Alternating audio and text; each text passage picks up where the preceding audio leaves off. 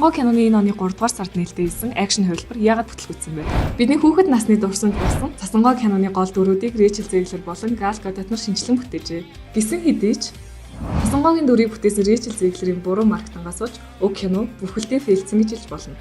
209 сая доллараар бүтсэн уг кино одоогоор 145 сая долларын ашигтай байгаа ба үнсгэлжингийн 2015 оны хувилбар гихтэл 95 сая доллараар бүтэж 542 сая долларын ашиг болж байжээ. Бүх цаг үеийн хамгийн disturbing гэгдэх хүн жаргалт киноны 2 дугаар анги хүртэл IMDb-гээс 3.8 он авч байсан бол Цасангоо 1.6 оноотой байгаа юм. Сөрөг маркетинг зарим үед зорилттой цэцтэй хүртэгч энэ удаад биелэл болсон үе болтой. Учир юу гэвэл гол дүрийн жүжигчин маань ярилцлагад орох бүртээ I mean, you know, the original cartoon came out in 1937, and very evidently so.